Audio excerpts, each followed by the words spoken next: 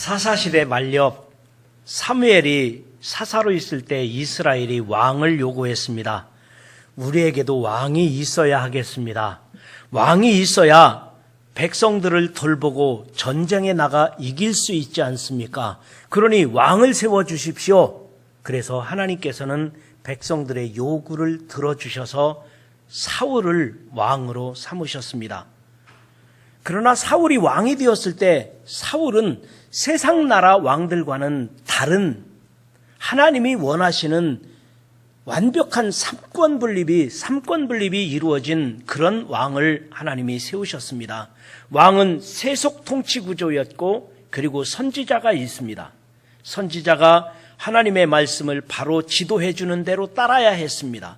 그리고 제사장이 있습니다. 제사장이 하나님과 인간의 중보 역할을 하는 제사장, 왕, 선지자, 삼권 분립이 완벽하게 이루어진 이 세상에서 가장 완벽한 통치 구조, 그러니까 오늘날 민주화되고 이렇게 현대화된 오늘날의 국가에서도 이렇게 완벽한 삼권 분립이 이루어진 나라가 있다면 얼마나 좋겠습니까? 아마도 플라톤의 이상 국가론에서도 이만큼 완전한 국가 제도를 생각하지 못했을 만큼 완전한 왕, 선지자, 제사장, 이 삼권 분립이 이루어진 오직 하나님만이 왕이고 하나님이 백성을 통치하시고 그리고 왕도 제사장도 선지자들도 국가를 위하여 헌신하는 그런 지도자들을 하나님이 원하셨을 것입니다. 그런데 세상 권력을 잡고 나니까 사울이 왕이 되고 나니까 자꾸만 변하는 것입니다. 처음부터 교만한 것이 아니었습니다. 처음에는 주님의 말씀에 순종하고 주님 말씀대로 겸손하고 그리고 사울은 언제든지 백성을 생각하고 하나님을 생각하면서 나라를 통치했을 것입니다. 세월이 가면서 그가 절대 권력을 갖고 있으면서도 하나님을 이제는 버리고 교만해지고 순종하지 않고 결국에는 어떻게 됩니까? 하나님께서 사울을 버렸다, 이렇게 성경은 말씀하셨습니다. 사랑하는 성도 여러분, 저와 여러분도 하나님 앞에서 왕 같은 제사장입니다.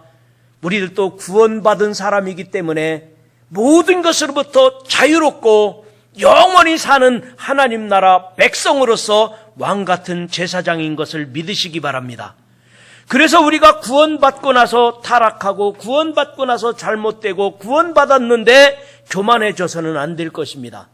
주님 나라 임하는 날까지, 내 인생을 마치는 날까지 오늘 사울의 교훈을 보면서 우리들이 하나님 앞에 온전한 사람이 되시기를 주님의 이름으로 축원합니다. 그러면 오늘 성경 말씀, 이 사울 왕은 어떤 면이 고쳐져야 될 것이며 어떤 교훈을 우리가 받아야 될까요? 저는 첫 번째로 사울 왕은 하나님께 순종해야 했습니다. 사울 왕은 하나님 앞에 순종해야 했던 것입니다. 사울 왕이 처음부터 불순종하는 사람이 아니었습니다. 그는 처음에 겸손했고 순종하는 사람이었지만 그가 왕이 되면서부터 조금씩 달라지기 시작했습니다. 그런데 이 아말렉과의 전쟁에서 하나님께서는 너는 아말렉을 쳐부수고 아말렉을 정복하고 아말렉을 완전히 없애버려라, 이런 명령을 받았을 때 하나님 아말렉과 전쟁을 나간 거예요. 순종했죠. 그런데 전쟁을 하다 보니까 전리품이 생기잖아요. 탐욕이 생긴 거예요. 물질에 대한 욕망이 생긴 거예요. 그래서 그것을 가져갔던 거예요. 처음에는 사울왕도 순종했습니다. 그러나 그가 전쟁을 해서 이기고 나니까, 그가 왕이 되고 나니까 조금씩 달라지기 시작했어요. 그래서 오늘 본문 말씀 11절에 이렇게 말합니다. 그가 돌이켜서 나를 따르지 아니하며 내 명령을 행하지 아니하였음이니라. 즉 하나님께서 사울왕에게 말씀하시기를 순종하지 아니해서 하나님이 불순종해서 버리시겠다는 것입니다. 이 얼마나 위험한 일이고 이 얼마나 걱정이 되겠습니까? 그러니까 이 음성을, 사무엘 선지자는 그 음성을 자기가 선포하면서도 그날 밤을 잠을 못 자고 하나님 앞에 기도합니다. 하나님, 사울왕 용서해 주면 안 되겠습니까? 사울왕 다시 하나님이 쓰실 수는 없으시겠습니까? 아마도 그렇게 사무엘 선지자는 그날 밤을 지새웠으리라고 저는 23절 말씀을 기억하면서 생각해 봤습니다. 여러분들도 하나님의 말씀이라면 언제나 순종해야 되겠다, 이렇게 마음으로 다짐하기를 주의 이름으로 부탁드립니다. 나는 순종하며 살리라. 나는 순종하려고 하는데 나도 모르게 교만해지고 나도 모르게 불순종하고 살 때가 한두 번이 아니었음을 우리는 스스로가 생각해 볼 때가 많습니다. 저를 비롯해서 여러분도 마찬가지라고 생각합니다. 그래서 주님께 의지합니다. 주여, 내 마음속에서 순종하는 영으로 충만할지어다. 성령이여, 나를 붙잡아서 내가 하나님의 말씀이라면, 주님의 뜻이라면, 주님의 인도하심이라면 내 영혼아 순종할지어다. 나여 순종하는 사람이 될지어다. 우리가 스스로를 생각하며 하나님 앞에 이렇게 기도했으면 좋겠습니다. 나 오금표야, 주의 말씀에 하나님의 뜻에 순종할지어다. 여러분들도 저와 같이 하나님 앞에 순종하려고 하는 이런 마음으로 간절하게 기도할 수 있기를 주의 이름으로 부탁드립니다. 그러나 사울왕은 달랐습니다. 처음부터 교만하지 않았다고 했죠. 처음부터 불순종하지 않았다고 했죠. 조금씩 달라지기 시작하는데요. 그 이전에도 보니까 불순종한 것이 사무엘상 13장에 나옵니다. 사무엘상 13장에 보니까 사울왕이 블레셋과 전쟁을 치릅니다. 이 블레셋하고 전쟁을 하는데, 블레셋과의 전쟁이 일어났는데 처음에 사울왕이 기도하고 나가야지, 하나님께 번제를 드리고 전쟁해야지, 하나님께 예배 드리고 전쟁에 나가야지, 이 마음이 있는 거예요. 사울왕의 마음이 훌륭했어요. 블레셋과의 전쟁에 나가기 전에 이 전쟁을 치러야 되는데 하나님께 번제를 드리고 나가야 되는데, 이 번제를 인도할 사무엘 선지자가 와야 돼요. 사무엘 선지자를 기다리는 거예요. 근데 사무엘 선지자가 나타나질 않아. 얼마큼 나타나지 않았을까요? 7일 동안 나타나지 않았어요. 우리나라는 세월호 몇 시간, 그것 때문에 대통령이 탄핵되기도 했잖아요. 근데 이 사무엘 선지자가 하나님으로부터 선지자적 사명을 위임받은 선지자가, 나라에 전쟁이 일어났는데 사울 왕은 사무엘에게 예배드리고 전쟁에 나가려고 준비하고 기다리고 있는데 사무엘 선지자가 나타나질 않아. 며칠 동안? 7일 동안이나. 그래서 내가 왕인데 못할 일이 어디 있겠니? 그래서 사울 왕이 예배를 집례하고 번제를 드렸어요. 그때 사무엘 선지자가 나타난 거예요. 그러면서 왜 하나님의 말씀에 불순종하고 도를 넘었느냐고 지적을 합니다.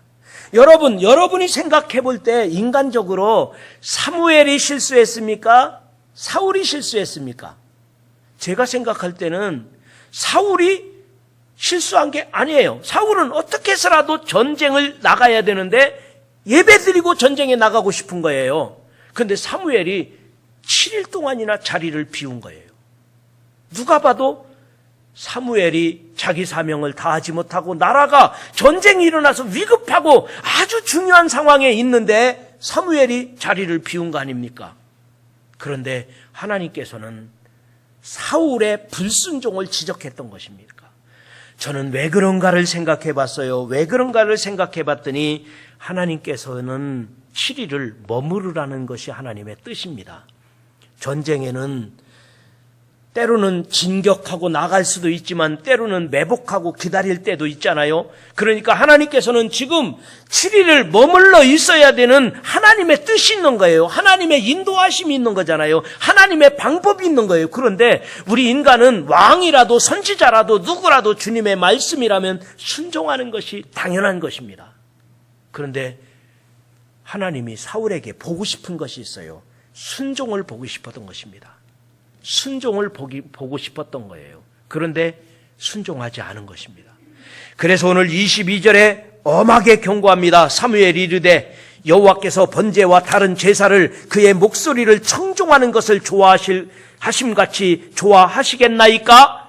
순종이 무엇보다 낫고 제사보다 낫고 듣는 것이 수장의 기름보다 나으니 라고 말합니다. 사랑하는 성도 여러분, 우리는 하나님의 큰 섭리를 다 알지 못합니다. 하나님의 뜻을 우리가 어찌 다 알겠습니까? 하나님의 말씀에 순종하는, 그래서 순종의 열매가 여러분 가운데 충만하게 맺어져서 여러분이 가는 인생이 끝까지 승리하는, 끝까지 하나님을 기쁘시게 하는 그런 순종하는 사람이 되시기를 주의 이름으로 축원합니다. 그 다음에 두 번째로 사울왕을 통해서 얻는 교훈이 뭐냐? 사울왕은 언제든지 겸손해야 했습니다. 친할수록 상식이 있어야 합니다. 인간관계도 가까울수록 예의를 지켜야 합니다. 인간관계에서도 자주 만나는 사람일수록 교양이 있어야 합니다. 그래야 오래 갑니다.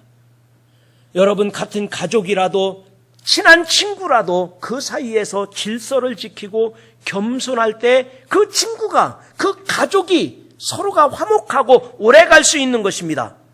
가족이라고 해서, 친구라고 해서 함부로 하는 경우가 있어요. 아무렇게 하는 경우도 있어요. 그런데 그러다 보면은 가족이 위험하고요, 친구 관계가 단절될 수도 있는 것입니다. 여러분, 인내는 탁월함보다 더 탁월합니다. 겸손은 뛰어남보다 더 뛰어난 것입니다.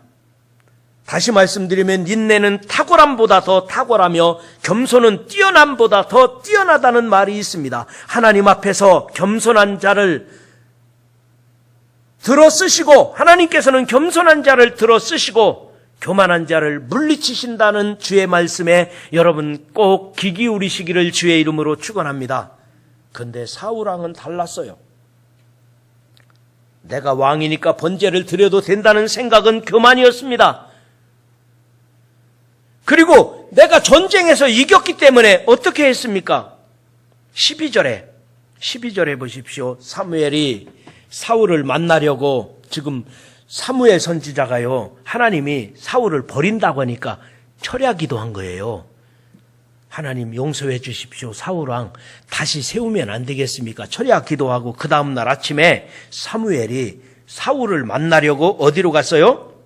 일찍이 일어났더니 어떤 사람이 사무엘에게 말하여 이르되, 사울이 갈멜에 이르러 자기를 위하여 기념비를 세우고 발길을 돌려 길갈로 내려갔다 하는지라. 즉, 전쟁에서 이긴 사울왕이, 전쟁에서 이기면 여러분 같으면 뭐 하겠습니까?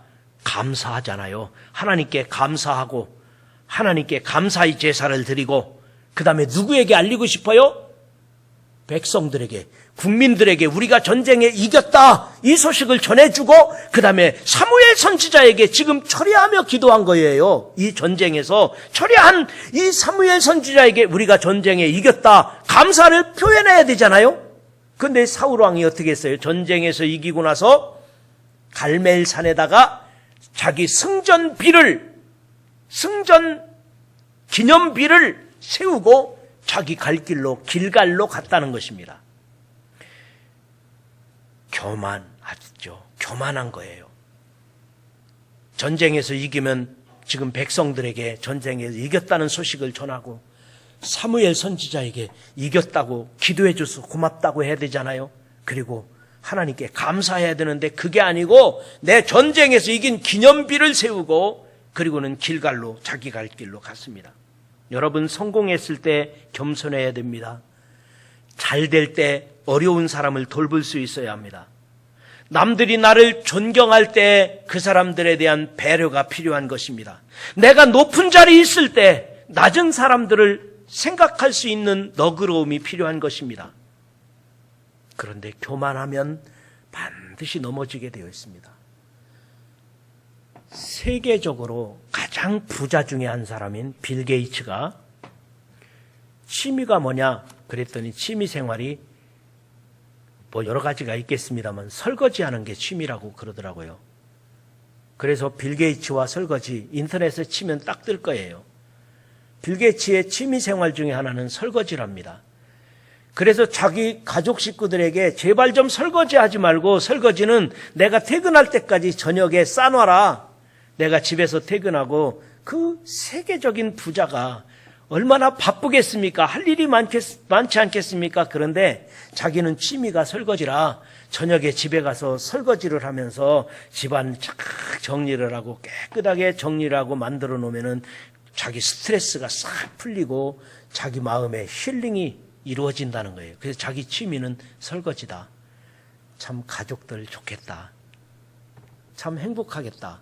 그런 생각을 해보면서 저는 딴 생각을 또 해봤습니다. 제 취미는 겸손이다. 그것도 괜찮을 것 같아요. 내 취미는 겸손이다.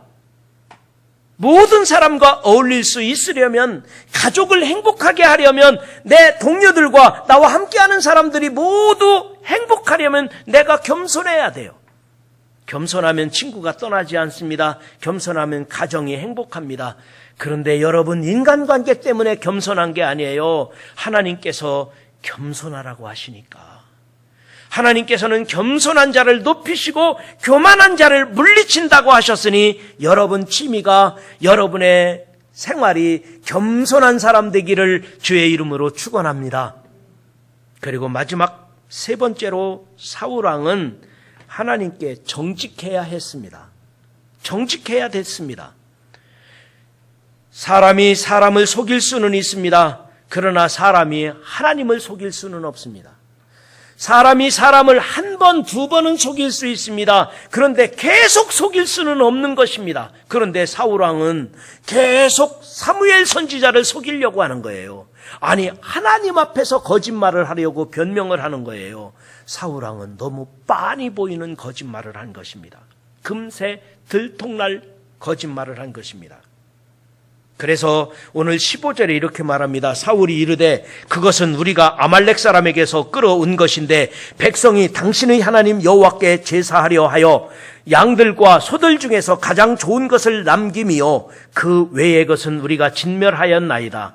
이 한 절, 본문 말씀 15절 한 절만 해도 거짓말과 수용할 수 없는 말들이 반복적으로 이어지잖아요. 무리가 끌어온 것이라는 거예요. 자기가 그렇게 탐욕을 가진 것이지 백성들에게 책임을 전가한 거예요. 무리들이 재물을 끌어왔다는 거예요. 그리고 두 번째로 당신의 하나님이라고 말하는 거예요. 사무엘 보고, 여러분, 하나님께서는 사울왕을 기름 부어 세웠습니다. 어떻게 당신의 하나님, 사무엘의 하나님이라고 하겠습니까? 오늘날 우리들도 마찬가지입니다. 반석교회는 저나 여러분이나 동일하게 우리 교회입니다. 하나님은 동일하게 나의 하나님이신 것입니다. 그런데 여기서 사울왕은 지금 변명하다 못해 말이 허투루 나간 거예요. 이 재물이 소나 양이 끌어온 것은 백성들에게 책임을 전가하고 그 다음에는 당신의 하나님, 사무엘의 하나님이라고 한 거예요. 자기가 기름 부은 왕인데도요. 그뿐 아닙니다. 뭐라고 했습니까? 하나님께 제사하려 하여 남겼나이다. 사울은 지금 스스로가 하나님을 속이고 선지자를 속인 것입니다. 사무엘이 안타까움으로 사울에게 말합니다. 왕이 스스로 작게 여길 때에 이스라엘 지파의 머리가 되어 이스라엘 왕을 삼으시고 아말렉을 진멸하되 다 없어지기까지 치라 하였거늘 어찌하여 속이나이까? 어찌하여 속이나이까? 그러니까 더 구체적으로 변명합니다. 20절, 21절 뭐라고 구체적으로 변명합니까? 사울이 사무엘에게 이르되 나는 실로 여호와의 목소리를 청종하여 나는 하나님의 말씀을 따르려고 했는데 다만 백성이 그 마땅히 멸할 것 중에서 백성이 그랬다는 것입니다. 여호와께 제사하려고 양과 소를 끌어왔다는 것입니다. 여러분, 백성이 그랬다. 하나님께 예배드리려고 그랬다.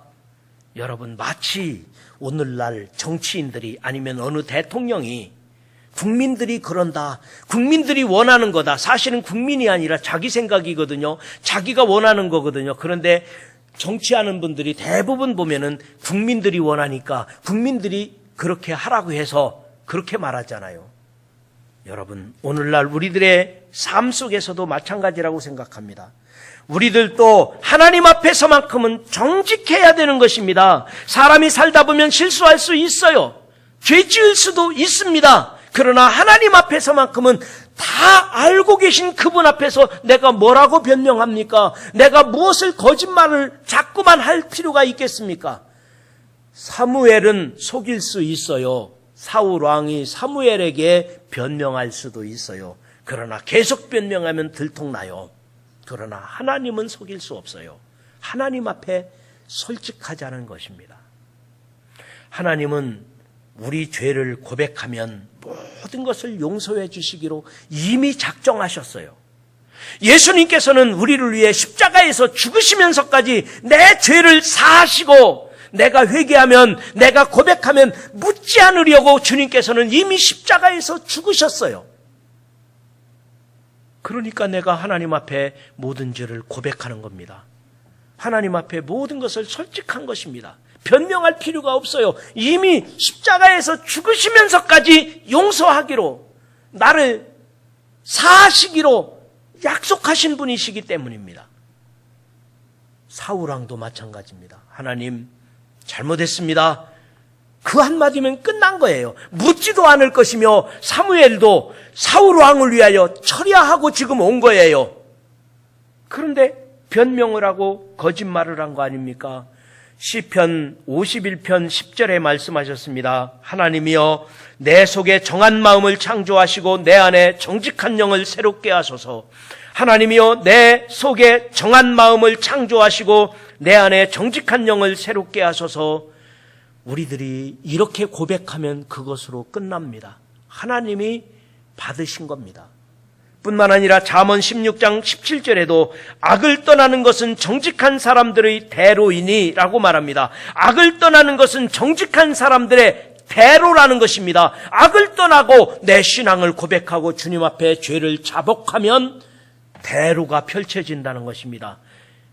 대로가 열린다는 것입니다. 사랑하는 성도 여러분, 하나님 앞에 정직하시기를 주님의 이름으로 축원합니다. 이제 말씀을 다시 한번 정리하고 마친다면, 사울은 보잘것없는 가운데서 왕으로 기름 부어 하나님께서 왕으로 삼으셨습니다. 그런데 하나님께서는 마음대로 하라는 것이 아니라 왕이지만 정치, 통치 구조는 네가 맡고 하나님과 인간의 중재 역할은 제사장이 맡고 그 다음에 하나님의 말씀을 선포하는 것은 선지자가 하는데 왕이지만 선지자의 지도를 받아라. 이게 하나님이 사울에게 왕으로 기름 부으면서 주신 명령이었습니다. 그런데 이 사울이 왕이 되어 보니까 절대 권력을 갖고 보니까 변질되는 거예요. 처음에는 안 그랬는데 변질되는 거예요. 그래서 하나님의 말씀에 불순종했어요. 교만해졌어요. 그뿐입니까? 정직성을 잃은 것입니다. 이 세 가지가 중요한 일인데 이 세 가지를 잃어버렸을 때 하나님께서는 사울을 패하시고 다윗을 세우셨던 것입니다. 오늘날 우리들도 마찬가지입니다. 저나 여러분이나 우리는 왕같은 제사장입니다. 구원받은 하나님의 나라 백성인 거예요. 세상에 누구도 부러울 것 없는 구원받은 사람이에요. 자유인이에요. 하나님 앞에서 내가 구원받은 하나님 나라의 왕같은 제사장이에요. 사울왕이나 저나 여러분이나 뭐 다를 거 있습니까? 우리도 특별히 구원받은 사람이에요. 그래서 오늘 사울왕의 교훈을 통해서 하나님 앞에 죽는 날까지 온전하시기를, 죽는 날까지 오늘 주신 말씀과 같이 순종하고 겸손하고 정직하여 하나님께 영광 돌리며 승리하는 인생 되시기를 주님의 이름으로 축원합니다.